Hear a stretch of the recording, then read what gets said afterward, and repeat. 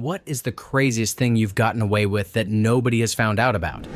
I shut down Girl Bar, one of Chicago's best lesbian bars. Around the turn of the century, my roommate and I, both straight men, were invited to a lesbian bar by a coworker. The place was off limits to dudes for obvious reasons, unless you were escorted by a femme. We were ushered into this lesbo Shangri-La and treated exceptionally well by the staff and every patron. There were maybe 5 other men in the entire place, and it was as packed as any bar on the north side gets on a Friday night. After a few hours of dancing, drinking, and watching the Friday Female Dancers review, seriously, it was one of the best. My roommate and I parked ourselves along the wall on either side of a floor speaker, delicately balanced on 2 10-penny nails. Being the dumb A that I am, I lost my coordination and bumped the speaker off the wall, right onto my roommate's skull. Nobody knew exactly what had happened, except that some guy was gushing blood from his skull and losing his composure fast. He was hurried to a spot by the bar where the bartender tended to his wound like a triage medic. She pressed a folded towel to the injury and immediately called an ambulance. I followed him to the hospital where he had to get staples. Not stitches, staples. He asked what happened, and I told him the speaker had just slid off the wall from what I could tell. He got in touch with an attorney, and a couple of weeks later, the place was shut down. To this day, I've never admitted my role in his injury or in closing what was easily the best bar I've ever been to. Lesbians of Chicago, please forgive me. Story 2. Early in my freshman year of college, I met a really attractive Asian girl through a mutual friend. We exchanged phone numbers, and it turned out she lived 5 floors above me in the same residence hall. Her roommate went home for the weekend, so she invited me to watch a movie in her dorm room. Fast forward a bit, and we were lying in bed watching some forgettable movie. One thing led to another, and soon we were making out. Then I looked up to admire her and saw the most horrific sight of my life. Her entire body, from her face to her crotch, was covered in blood. My mind raced as I tried to figure out what happened. I noticed my nose felt runny, so I wiped it with my hand and immediately smelled that familiar copper scent of a bloody nose. I had smeared bright red nose blood all over her. It looked like a crime scene. Thank goodness the lights were off. She opened her eyes slightly and asked why I stopped. I went into problem-solving mode. I could have told her what happened, but I imagined my reputation being destroyed 2 weeks into college, and I could not settle for that. In less than a second, I assessed the situation and did the only thing I could think of. I said, "Nothing, babe," and retraced the path of blood I had left on her with my tongue. I ended up swallowing every drop of my own blood off her body. To my surprise, she never noticed what had happened, and we kept fooling around that night,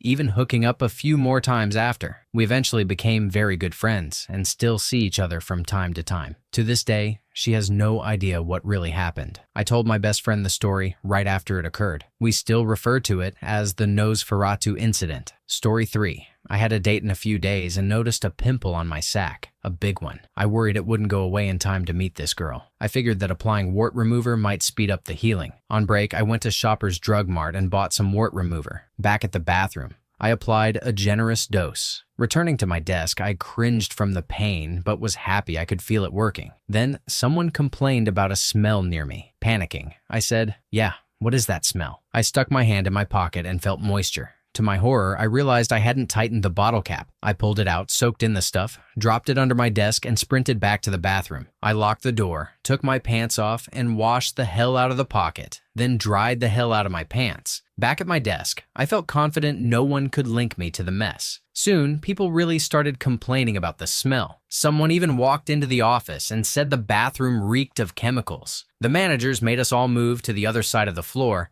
and mentioned they would bring maintenance to investigate. I went pale when I remembered the bottle was still under my desk. I slipped away, took the long route around, and returned to the other side of the floor. The cap was off, and the wart remover had soaked into the carpet. Heart pounding, I sprinted to the bathroom, flushed the bottle down the toilet, and snuck back to join the rest of the group. We kept working as the maintenance crew searched for the smell. It was bad, so bad that one of them got sick, and we were ordered to leave the floor. As we headed out, I overheard a maintenance worker say the odor was serious enough that they might need to clear the entire building. Then, he pulled the fire alarm. Outside, I watched in disbelief as crowds of people poured out of the 32-story building. Fire trucks arrived, and after an hour, we were told it was not safe to go back inside. They said a specialist was coming from Toronto to investigate. We all went home. The next day, I casually asked if anyone ever figured out what caused the smell. They never did. I spent a long time worrying they would see me acting suspicious on camera or something like that, but no one ever found out what the smell was. Story 4. My friends and I got baked while my parents were out. They were supposed to be gone for the entire weekend, so after we finished,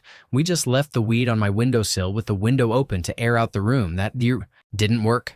The entire basement reeked of weed. They came home early, and we heard the car pull into the driveway while we were playing Mario Kart Wii. My friend spotted my can of Axe on the floor, picked it up, sprinted through the entire basement while spraying it, drenched himself, and then sat back down to play Mario Kart before they walked in the door. My dad freaked out because of the smell of Axe, which irritates him. My friend took full responsibility, saying he hadn't put on deodorant and needed to spray. My dad said, "It's fine, just open up some windows," and walked straight toward the window to open the blinds hiding the weed. He was about a step away when I screamed, "No, Dad, I already opened that window." He looked at me, puzzled, and said, "Okay, son, chill out." Then he walked upstairs with my mom, and we enjoyed the rest of Mario Kart. Story 5. I have a horrible one, and I'm using a throwaway account out of paranoia. When I was in high school, I was a bit of a problem child. The short version, mostly because I do not remember much of it, goes like this. One particular weekend, a close friend and I went to a party. The early part of the night is very fuzzy, but I remember taking a handful of Adderall along with some other random stuff before going to a girl's house and drinking heavily. Apparently, I got into a fight at some point and then jumped off the roof into a bunch of bushes, destroying them in the process. I have no recollection of that whatsoever. I do remember leaving and going back to a friend's house where we were supposed to stay the night. There were 4 or 5 of us. Another person and I, having taken a huge amount of stimulants, were in no mood to sleep. We decided to go for a drive downtown at 3 in the morning. In a tiny rural town, driving around at 3 in the morning is about as conspicuous as it gets. Eventually, we decided to park the car and go for a walk through the alleyways. By now, it was around 4 in the morning. I was walking down an alley with my buddy, randomly pulling on door handles, mostly just joking around, when suddenly one of them was actually unlocked. I freaked out, assuming there must still be someone inside, since it was the back door to a bar. We took off running. After a few minutes, we didn't see anyone, so we decided to go back and take a closer look. We walked inside. All the lights were off and the place was totally empty. Emptied the cash register, stuffed a huge box with liquor, and took off. It was about $300 in booze and nearly $1,000 in cash. Woke up our friends back at the house, drank most of the liquor that night, and spent all the money on drugs the next day. I was insanely paranoid for weeks, certain we had left behind fingerprints and would get caught. Nothing ever happened. I am definitely not proud of it. This is the first time I've ever told anyone about that night. Remembering it became one of my biggest motivations for getting my drinking under control and quitting drugs a few years later. It's a miracle I didn't go to jail. Story 6. This wasn't me, but my friend. So, my friend and I were in Spanish class when I was a freshman in high school. We were bored because the class went really slowly, and there were 3 fairly old computers in the room that were never used. One day, my friend decided to see if he could take a computer mouse without anyone noticing. He just slipped it into his backpack while the teacher's back was turned. On another day, he took the keyboard. A different day, some cables. Then one day he came to class with a duffel bag. This was reasonable because he said he was on a sports team and it contained his equipment. On this day, he got lucky. There was a substitute teacher in Spanish. When the substitute wasn't paying attention, my friend unplugged the computer from the wall and somehow fit the entire unit, plus the monitor, into his duffel bag. It was a tight squeeze, but he managed it, and then just took the computer home. I have no idea what he ended up doing with it. The next week, our Spanish teacher was furious about the missing computer. The principal even gave a talk to our class. He had reviewed security camera footage from right outside the classroom,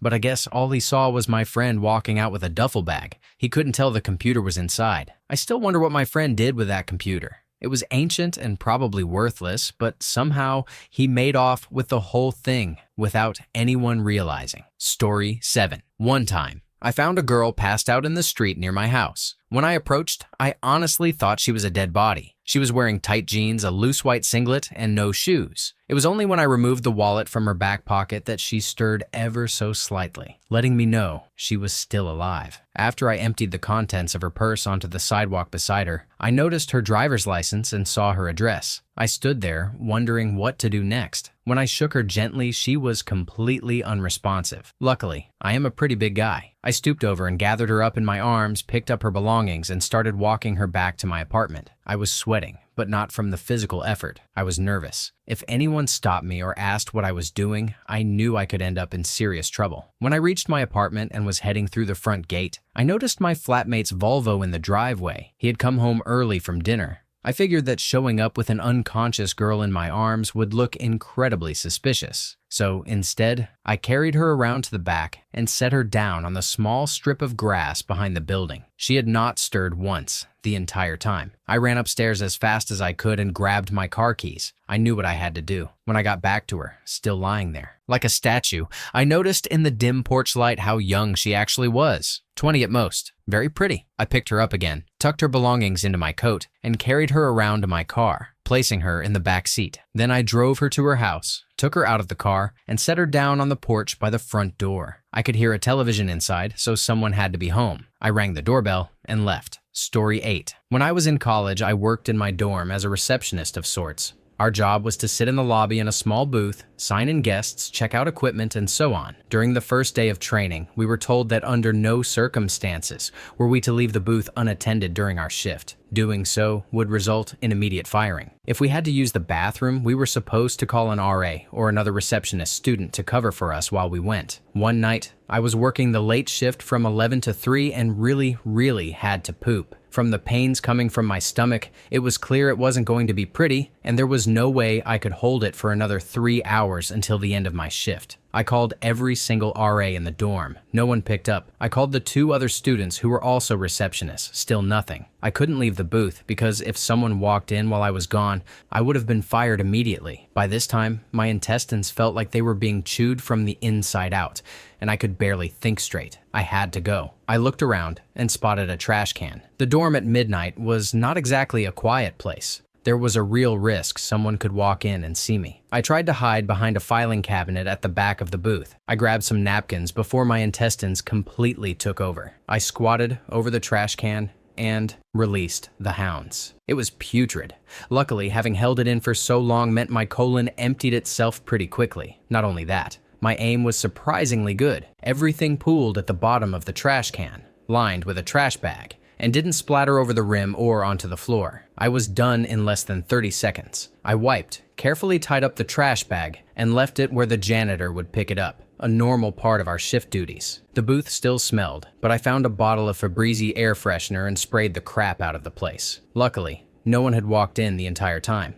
I finished the rest of my shift without incident. Story 9, I was young and stupid. I was working for my friend's mom's boyfriend, helping him install custom windows and doors. We were painting the trim around a new sliding door in the master bedroom of a very nice waterfront home in Fort Lauderdale, Florida. It belonged to a celebrity, but for obvious reasons, I won't say who. I went into the master bathroom to wash my hands, and that's when I saw it, the One Ring. I had never stolen anything worth more than $1 from a store. But the second I saw this woman's engagement ring, I grabbed it and put it in my pocket. Within minutes, she was screaming that her wedding band was missing. This wasn't a wedding band. It was a solid platinum ring with a grip of diamonds. Big diamonds. The lead contractors, there were painters and another group doing the kitchen cabinets, started rounding everyone up. I found myself alone in the garage for maybe 10 seconds, and in that brief window, I managed to tape the ring to my shin with some weak blue painter's tape. By the time my boss returned to confront the woman about her missing ring,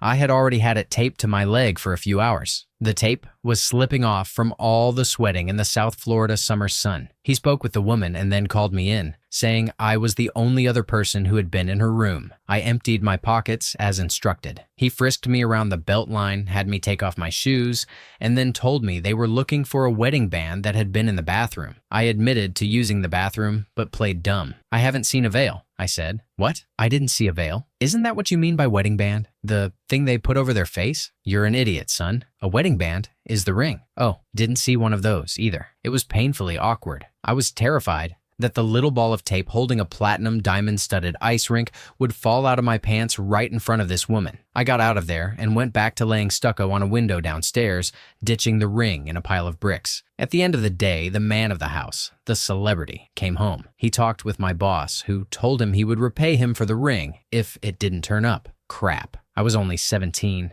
didn't have a car, and had to wait 3 days until Friday, so I'd have money to take a cab back to the house. My friend's mom ranted about the audacity of someone stealing a $15,000 wedding ring in broad daylight, and how much of a piece of shit it was to not return it, knowing her boyfriend would have to pay for it. I remembered the street name. At 3 a.m. that Saturday, I rode my bicycle downtown before calling a cab. The cab dropped me off at the end of the street and I walked to the house. I snuck into the garage, reached the pallet of bricks, grabbed the ring, and slipped it into their mailbox. I rode back to my bicycle and got home by 7 a.m., triumphant, exhausted, and still alive. Story 10. Back in college, I went out to the bar with some friends. By the time we left, I hadn't broken the seal and had to pee like a racehorse. The nearest public restroom was too far, and the bar had a long line, so I set out to find a dark corner to relieve myself. We walked by one friend's house, and I noticed a light in the parking lot was out, creating a conveniently dark corner. I promptly let loose, unaware that I was actually peeing into an open window of his basement room. The next day, I checked Facebook and saw that he was complaining about someone peeing all over his desk and bed. In my drunken, half-blind stupor, I didn't realize the window was open. He never suspected it came from outside and swore that one of his jerk roommates had done it as a prank.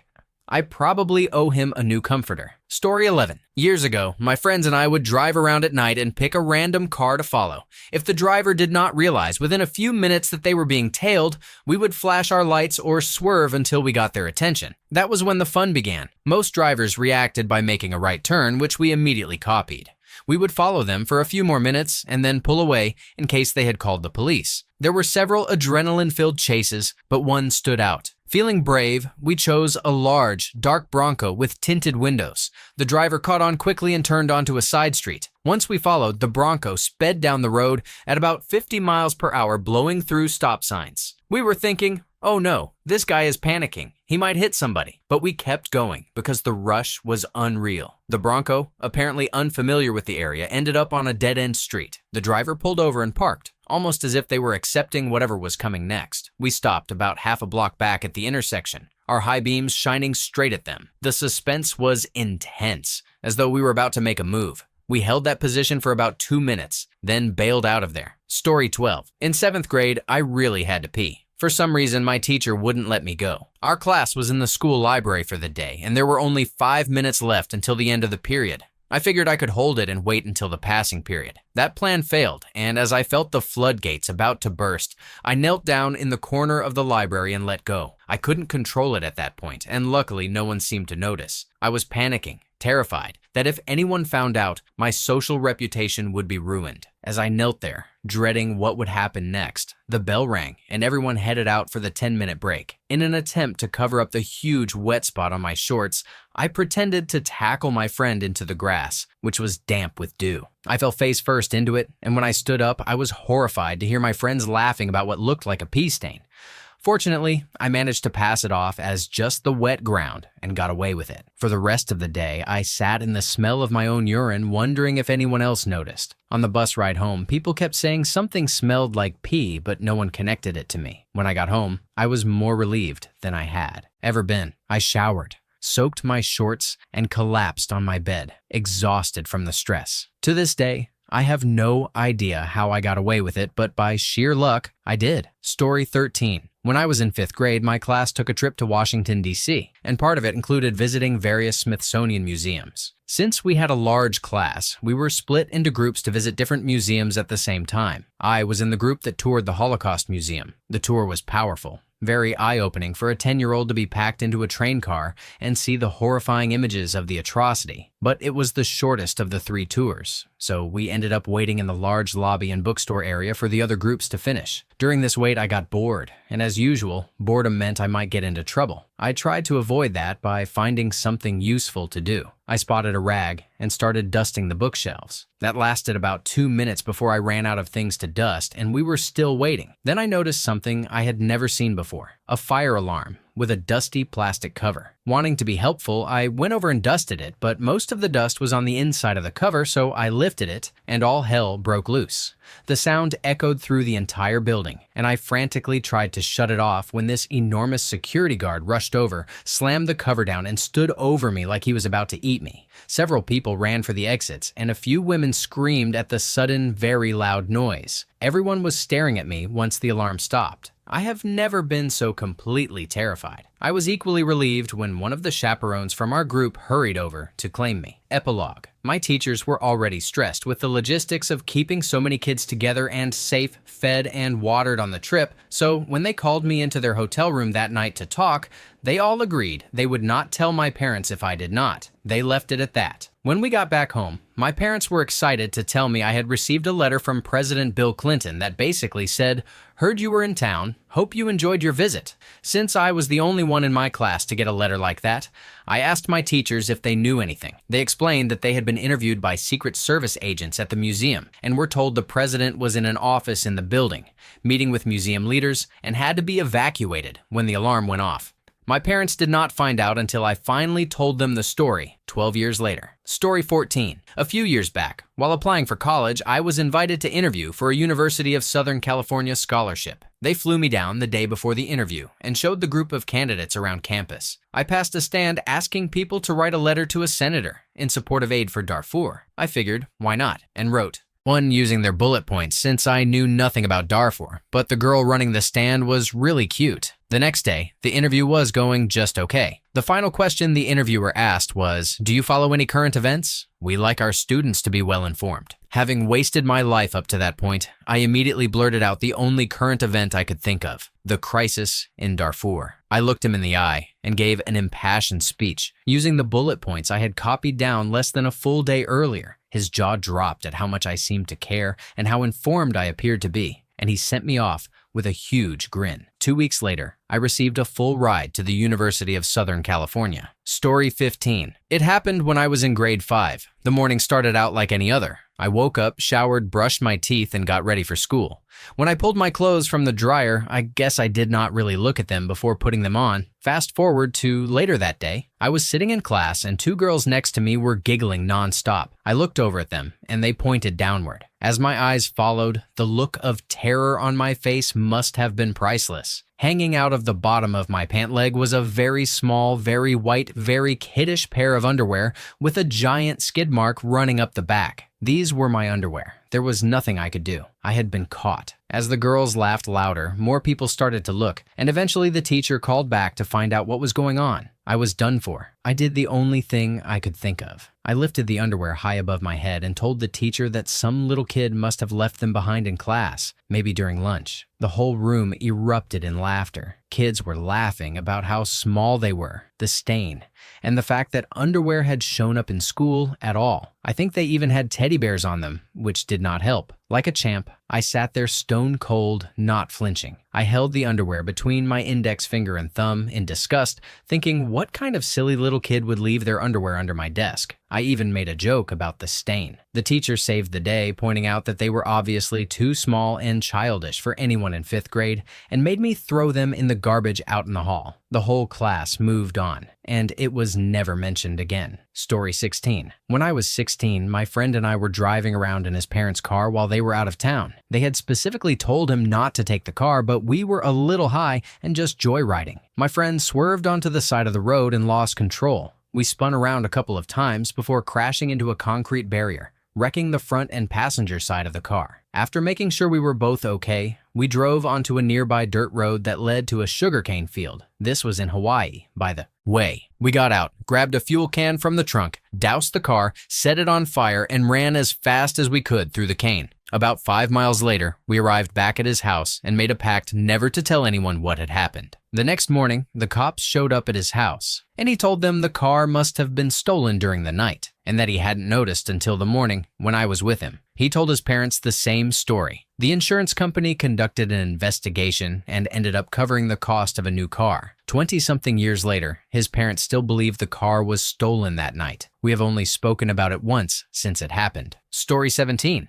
My workplace had an employee cafeteria where lunch cost $1, and the food was actually pretty good. I was a freshman in college, and $1 was better spent on you-call-its than on lunch. They offered punch cards with 10 meals for $8. Looking at the punch card, I noticed it was just printed on normal cardstock. I bought one, took a picture of it, since I didn't have a scanner, and imported it into a graphics program. I then made 10 versions, each with a different serial number. I printed out hundreds and shared them with my friends at work. Whenever we used 9 meals, we would discard the card so the serial number wouldn't be tracked. We often bought lunch for random employees, out of the goodness of our hearts. When I ran low, I simply printed more. We used this trick for nearly 2 years, enjoying at least a few thousand free lunches. Story 18. A few years ago, when I was about 19, I was visiting the girl I was dating at the time in New York with a buddy of mine. It was New Year's, and my friend and I had been drinking beer since 4 in the afternoon. By the time people started showing up around 9:30, we were pretty buzzed. They invited us into the kitchen to do a shot of Malibu rum with them. I don't usually like coconut rum, and I can't really mix beer and liquor, but I decided to suck it up, mostly to impress the girl. The second it went down, I knew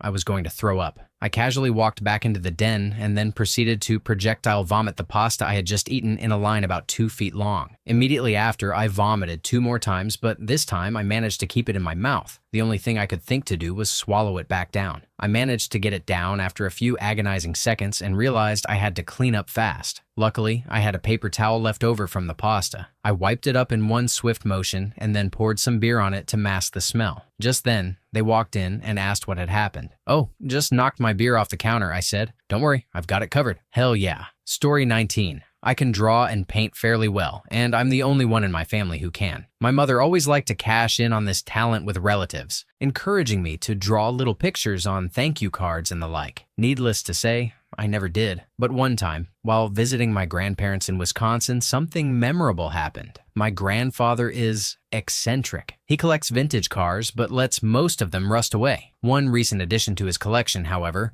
was a 1974 Ford truck, and it was a nightmare. The inside of the bed was painted bright orange. The outside upper half was the same orange, while the lower half of the sides was black. Separating the two colors was a strip of lime green. The interior upholstery was fake orange velvet, the brakes barely worked, and the horn was operated by pulling a string connected to an air pressure horn under the hood. My dear old grandfather decided to go all out and adorn the whole truck with tigers, in honor of his high school mascot. Being the resident artist, I was coerced into painting 3 tiger heads on orange boards that he planned to stick on the sides of the car. I wasn't exactly thrilled to be contributing to this horrendous farce of an automobile. The first 2 tigers I painted as best I could. They looked passably like jungle cats, each looking slightly perturbed about being stuck on the side of a truck. The third, however, got derp eyes. Everything else was fine, but the eyes were pointing in completely different directions. I proudly presented the 3 feline likenesses to my grandfather, who mounted them on the sides and front of the truck. Several relatives gathered and complimented my artistry. Not a single one mentioned, or even noticed, the blatantly ridiculous tiger I had painted. Benefits of non-confrontational relatives, I guess. Story 20. First post ever, but had to share. At 16 years old, I flew to Minnesota to visit a cousin who had a decent amount of land. His dad had a permit to purchase dynamite because they were using it to blow a big hole in the swampy yard to make a duck pond. Somehow, we got permission from his father to play with the stuff under the guise of clearing stumps from the property. When it was time for me to fly home, we still had 20 sticks left, plus a generous amount of det cord and blasting caps. I talked him into letting me take all of it with me. Each stick of dynamite was cut open, and the contents were stuffed by hand into several 2-liter bottles. I got the worst headache of my life and had my heart racing like crazy from nitroglycerin exposure. Those bottles went into my luggage and flew home with me. The blasting caps were carefully packaged and shipped via UPS ground. I kept the bottles under my dresser, waiting for the right moment. Fast forward a little over a year. I was working the graveyard shift at a Kinko's in a strip mall alone and closing the store. All the snow from the huge parking lot had been pushed into a massive pile nearly 20 feet high in the center of the lot. In the middle of the night, I filled several 5-gallon buckets with hot water and made trips to the top of the snow hill, pouring them out to melt a hole to the bottom. I primed a charge with a blasting cap, lit 5 minutes of fuse, and dropped it into the hole. Then I booked it back into the closed, dark Kinko's to watch from inside. There was an enormous boom, and huge chunks of snow and ice, some a couple of feet across, flew all over the empty parking lot. About 15 to 20 minutes later, the lot was full of police cars. They kept one parked there almost around the clock for weeks afterward. Every time I went to work, I was convinced they were on to me. I never told anyone until now. Story 21. In college, I was in a fraternity, and we used to do stupid things to rival fraternities. One day, a bunch of my bros and I went to a party at one of their houses. I forget the name, and honestly, even if I remembered, I probably wouldn't say. When we got there, I was hit immediately by the smell of weed. Later in the party, I was standing in line for the bathroom with one of my bros when I saw cops come in and head upstairs. People started leaving in droves. That's when I saw my opportunity to become a legend. I grabbed my buddy and ran into the main area of the house to explore while everyone else was leaving. Eventually, we found ourselves in the library. It was the perfect spot, and I knew exactly what I wanted to do. I lifted a rug so it folded over itself completely. Right in the center, I squatted down and took one of the largest dumps of my life.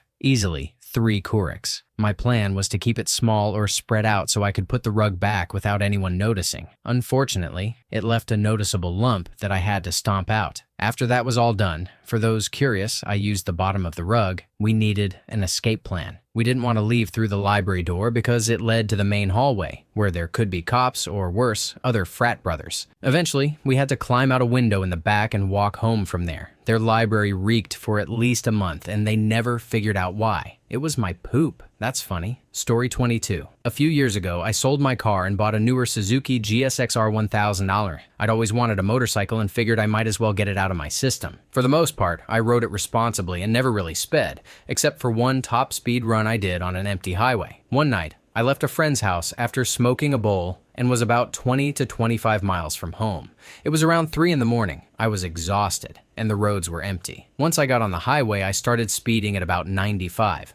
Within maybe 30 seconds, I passed a police officer hiding on the side of the road. Instantly, he turned on his lights and pulled out to come after me. For some insane reason, I decided to run. I cranked it up to about 140 miles per hour and within another 15 seconds passed another cop in the right lane. He turned on his lights too, and at that point, I figured, well, crap, I'm committed now. Over the next few minutes, I held that insane machine at speeds ranging from 165 to 180 miles per hour. I guess they radioed ahead because I passed about 4 to 5 more cop cars with their lights on, trying to cut me off. One I specifically remember was a new police charger. He must have been doing over 130 in an attempt to intimidate me because I didn't catch up or pass him nearly as fast as the others. I was having a full-on heart attack. It was basically a police chase at this point. By some stroke of luck, I had cleared enough distance when my exit came up. Slowing the bike down enough to exit was mentally brutal. Anything below 100 miles per hour felt like a dead stop. I lived just a couple of minutes off the highway, so I slid the bike into the garage and parked it in front of my parents' car. I sat in the living room for an hour, waiting for them to come and arrest me. They never did. I had gotten away with it. I also swore never to get into a situation like that again. Story 23. My best friend and I, back in our Catholic high school days, always got caught leaving school to burn one during open mods. For context, a mod was a 20-minute block of time. So a regular class usually spanned 2 mods, 40 minutes total, plus passing time. Large gatherings in the auditorium could last 3 to 4 mods, and labs were even longer. One day, instead of trying to sneak around the cameras and teachers' rooms on the second floor, we were wandering the basement by the cafeteria when we noticed the boiler room. Full of dark niches and goofy smells, we knew exactly what had to be done. We slipped into the boiler room passing the janitor's hideout and crept into the far back corner. There, we found a sheet of plywood and some old, rusted folding chairs. We dragged 2 chairs and the board into the corner and set up a little camp, hidden from both entrances. We ended up just sitting there and getting high countless times. We'd stash the bowl and pinch in a hiding spot along with the bag of weed, then walk to the bathroom to wash our hands and sometimes our faces. To this day, they thought we had just stopped leaving the building and changed our ways. Anyone who's ever gotten high and then moved from inside to outside, or vice versa, knows how euphoric it can feel. It can make the high seem that much more intense. Since we were already inside and only a short distance from where gym classes walked to the weight room, stepping out of our little hideaway felt like the high was multiplying with every step. I'd chuck in some eye drops and spray myself with some crappy Axe,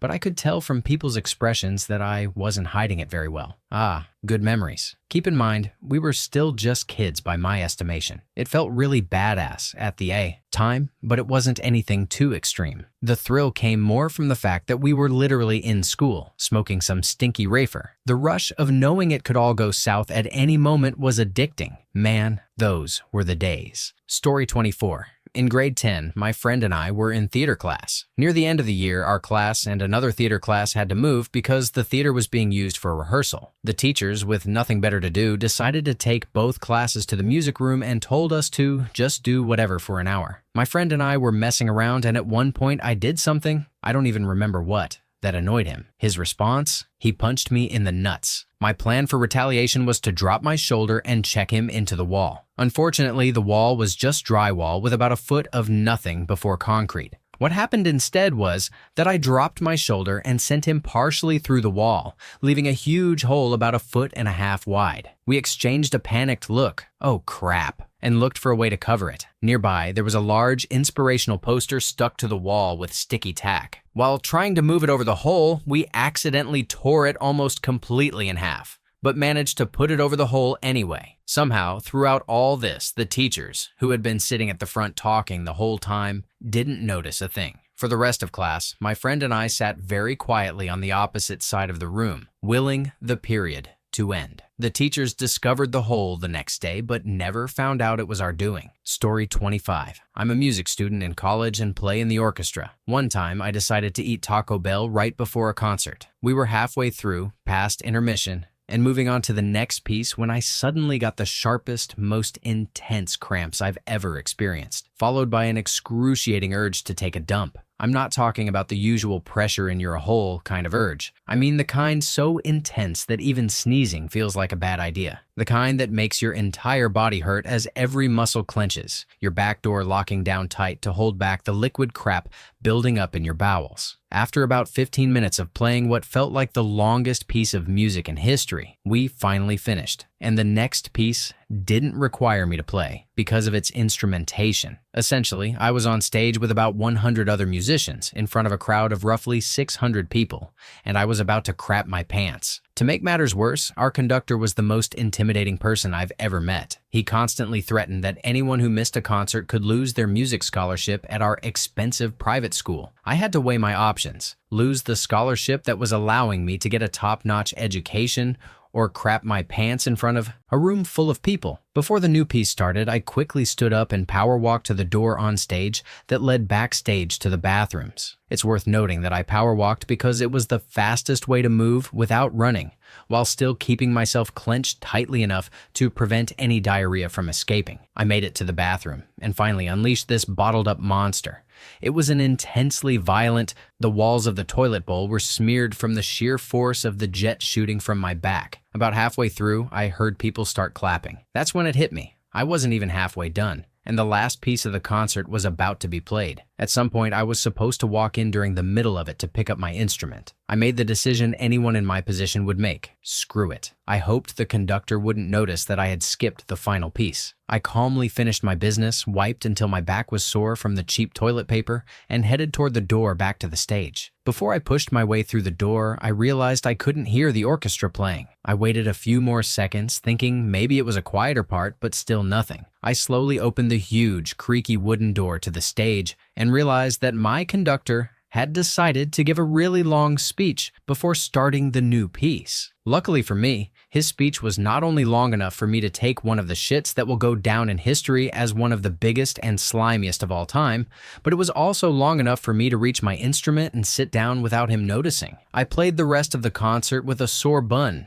but with my dignity intact. Story 26. I was 14 and working a summer co-op, which basically meant we were indentured servants earning less than minimum wage. My taskmaster assigned me to go upstairs with some trash bags and clean out an old, neglected office. They gave me no directions on what to keep or throw out, so I got bored quickly. As teenage boys are prone to do, my thoughts wandered. The old office was dark, windowless, and filled with bookshelves that blocked the view of the desk from the door. I sat in a chair facing the wall and engaged in private activity while thinking about the secretary. I left a mess on the wall, wiped my hand inside one of the old books, and zipped up. 30 seconds later, my taskmaster came upstairs to check on me. All he saw was me standing there in front of the desk sorting through junk. The walls were white, so he likely didn't notice anything, and I never made an effort to clean it up. Story 27. I stole the grade book and final test for Spanish 2 in high school with a teacher's unwitting help. I hated Spanish, but for college I thought taking the second year would look good.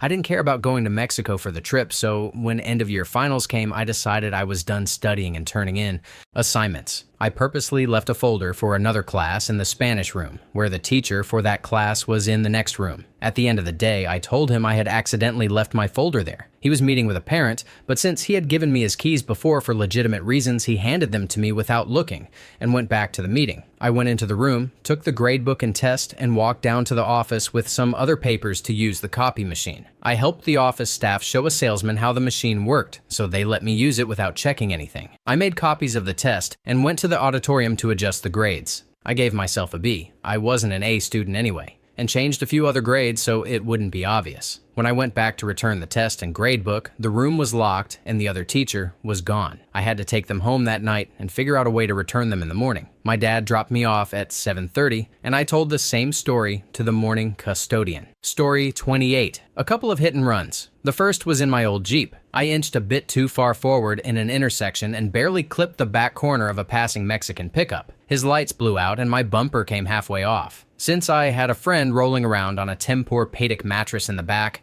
I decided it was best to get out of there. I pulled into a neighborhood, ripped the bumper completely off in broad daylight, tossed it in the back, and that was that. The driver of the truck took off immediately as well. The second was after a long day of work and school. I rode the train to my car, then burned rubber all the way down an empty parking garage and drifted in a controlled slide out onto the street. Suddenly, I lost control and ended up drifting into a Mexican couple sitting at a light in their pimped-out Civic. I freaked out for a second, then crawled in second gear down a rough back road where I called the cops. Several random guys ran up asking, "Hey man, you need a body shop?" I hid my bowl and grinder in a bush, claimed it was a hit and run, paid a $500 deductible, and all was good. Story 29. My mom would always buy a sheet cake and a gallon of ice cream, the generic store brand that used to come in a cardboard box, for each family member's birthday. When I was about 12, I forgot it was my dad's birthday, came home from school, and helped myself to a large portion of the ice cream for a snack.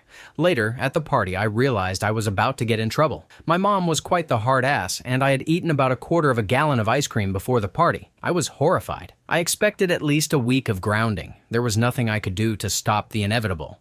My mom opens the ice cream and starts scooping it out, and it's a whole carton again, as if I'd never eaten any of it. I do a double take and check the freezer to see if maybe there were 2 cartons, and she grabbed the unopened one. Nope. Only 1 carton. Turns out, she had just opened it from the other end. Story 30. I was high on E at my friend's house, rolling balls and having a little dance party. The hot girl whose place it was, her roommates, and 2 of my best guy friends were all rolling too. Suddenly, as I'm sitting on the couch, I fart. Unfortunately, it was productive. I rush to the bathroom, and yep, the brown eye of Sauron stares me down. What to do? I can't throw them in the trash or they'll know, but they need to be disposed of immediately. So I stuff them into one of the girls' hampers and pray I remember them when I go home. Nope. Now, one of the girls is going to have a very special surprise when she does her laundry, and she'll know it was me. I spend hours losing sleep, trying to figure out a way back into their house. Finally, I remember I left a birthday gift they gave me there. I call each of the roommates 20 times that day, pretending I'm getting my gift. I don't even have the number of the girl who owns the hamper, so I'm just praying she doesn't do her laundry. Eventually, one of the girls gets home and calls me back. I rush over, hop into the bathroom, and let me tell you, I have never been so glad to see a pair of crap-stained boxers in my life. Story 31. When I was younger, I was staying at a friend's grandparents' house in their basement. My friend and I were just sitting back, drinking some whiskey, and before I knew it, things got out of hand. The entire bottle was gone, and I wasn't feeling so well.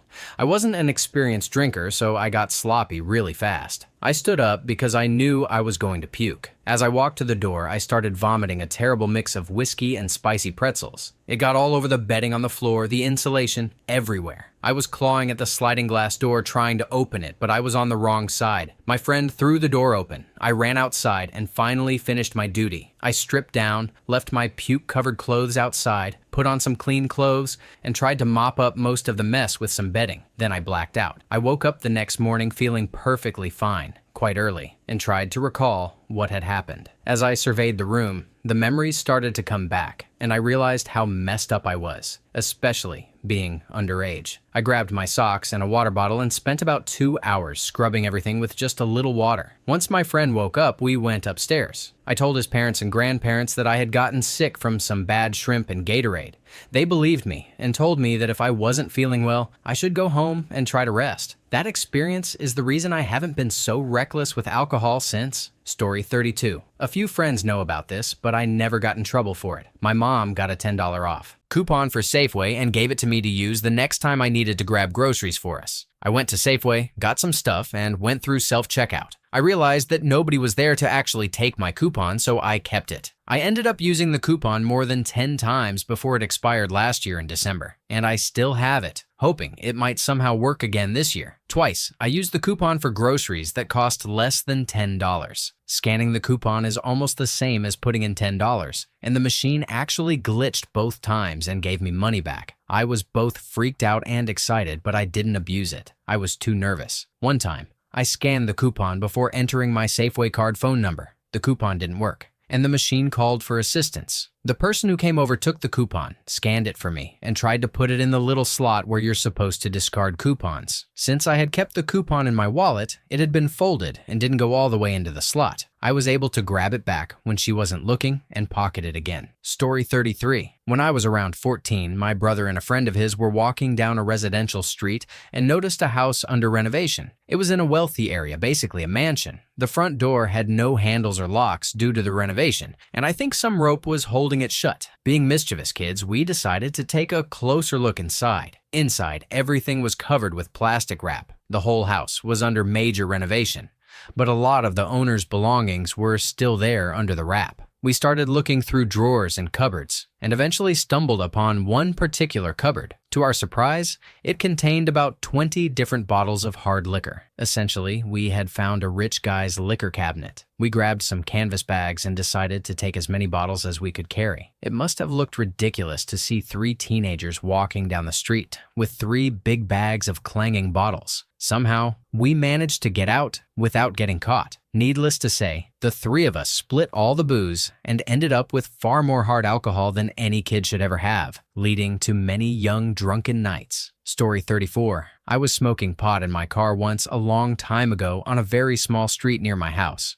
a few months after getting my license. There were only 2 lanes on the street, and I was parked illegally in one of them. My neighborhood felt cop-proof. I'd lived there for 16 years and had never once seen a black and white cruiser. Just private security guys in yellow cars who didn't have guns or any real authority. I used to mess with them when they came around, but a real cop? Never. Then a black and white pulled up next to me. I looked up mid-bong hit and saw the cop car stopped, blocking the entire road, facing the wrong way on this tiny street. There were 2 officers in the car, the passenger staring right at me and the driver leaning over him just to glare at me too. My mouth was still on the bong through all of this. They flicked the siren once, the lights flashed, and they slowly pulled up to park in front of me. My life, as I knew it, had never felt more threatened. No college, furious parents, no license, a criminal record, no friends. Life over. And that's when I made a very stupid, very stupid decision. When the black and white stopped, I threw my car in reverse down the little street, heart pounding, hitting the curb more than once and destroying my hubcaps and some neighbor's flower garden. I like to think it belonged to the person who called the police on me when my car was the only place I had to go. Different story though. I heard the siren go on as I backed out onto a slightly busier street, and then I gunned it. I was going about 65 to 70 miles per hour in a residential neighborhood with notoriously dangerous corners. But I knew the area really well, and I doubt the officers did. A second later, The sirens faded. I pulled into my driveway, stunned. The next week was awful. I basically spent it hiding, parking my car in the garage and not driving anywhere for fear they had entered my license plate into some database and there was a warrant out for me. It was the worst paranoia I had ever experienced, and I stayed stone sober. The first time I did go out, I made my friend wait 2 hours with me when I got back to my car and saw officers hanging around nearby. Nothing ever came of it. Thank whatever God might exist. Story 35. About 7 or 8 years ago, I got tickets to a Metallica concert at Cowboys Stadium in Dallas. I was 17, and my friend and I wanted to drive up to the stadium the day before just to sit in the parking lot and hopefully see the Metallica tour bus, or anything at all. To our surprise, we got right up to the stadium with no problem around 7 p.m. I parked my Bronco about 100 yards from the stadium, and my friend and I got out. We were both in jeans and t-shirts. We could hear faint sounds coming from inside, and there were obviously lights on. So we did what any other Metallica fan would have done. We tried to get in. We walked through an open gate with no security at all. That's when we started noticing people walking around. Almost everyone had a hard hat on and wore jeans rolled up just below the knees. I remember shaking. I couldn't believe we had made it this far. And I looked at my friend and asked if he wanted to try to get into the stadium. We both decided we wouldn't be able to sleep unless we tried. And we made a pact to say we weren't actually going to the concert unless someone tried to take our tickets away. We were young, and I grew up in a strict no MTV family. Cut us some slack. Like a miracle, there was a heap of hard hats sitting right outside 2 huge side doors into the complex. We grabbed hard hats and rolled up our jeans. My friend Travis twisted the door handle, and it was open. I was standing about 10 yards away at this point, waiting for someone to call us out. But after he opened the door, he looked at me like he had found the stairway to heaven. So what else could I do but go in with him? We started walking down a long hallway, and at the end we could see the opening onto the field. We passed numerous people who were all minding their own business and stepped onto the field. I could keep typing for hours about this, but the best part, we ended up helping stack amps on the stage. They had stacks of Marshalls on top of Marshalls, and we weren't even plugging them in. We were just stacking. After about 30 to 45 minutes of stacking amps, I was drenched in sweat, and my friend and I decided we should explore the hallways. I was full of confidence at this point, so there I was, 17, walking around with a bunch of 30-year-olds, and to this day, I don't know how no one called us out. We went back to the hallway where we had entered and took some different turns. After only a few minutes, we came upon a door labeled Metallica Dressing Room. I ripped the paper off the door, folded it up, and stuck it in my pants near, well, let's just say I had pockets. I have no explanation for this. My friend still has the paper framed on his wall in Austin. We got out with no problems and rode home. The next day, the concert was amazing, except James, the lead singer, had some sort of back problem, so they performed with the bass player on lead vocals, and that's the story. Story 36. I worked in the small mountain resort town of Banff for 3 summers while I was in university. I worked for a tourist attraction, and we lived in company housing with no air conditioning or fans. It got pretty hot in July and August, and my friends and I were desperate to cool off. Although the town was surrounded by lakes, they were all glacial fed and would give you hypothermia if you swam in them. The only public pool was a hot spring. It was packed and basically a giant hot tub. I came up with an idea. We would trespass into pools. The town had more hotels than houses, and most didn't require room keys. So every night for months, we swam in all kinds of amazing pools. One was a secret grotto with walls and a ceiling like a cave and a hole in the roof for stargazing. We even watched the northern lights while floating. At work, whenever anyone dropped a room key, we used it to get into that hotel's pool. It was the perfect plan and never failed us. For locked doors, we had elaborate ways of sneaking in. We climbed out windows, went over fences, or just pretended we were waiting for a friend until a real guest opened the door. That summer, we stayed cool, while everyone else sweated it out in their tiny staff apartments. On one of our hotel explorations, we got up to the top floor when an employee left his key in the elevator. The hotel was basically a giant castle. So we took the elevator to the highest floor and then got onto the roof. From there, we looked into the windows of the presidential suite,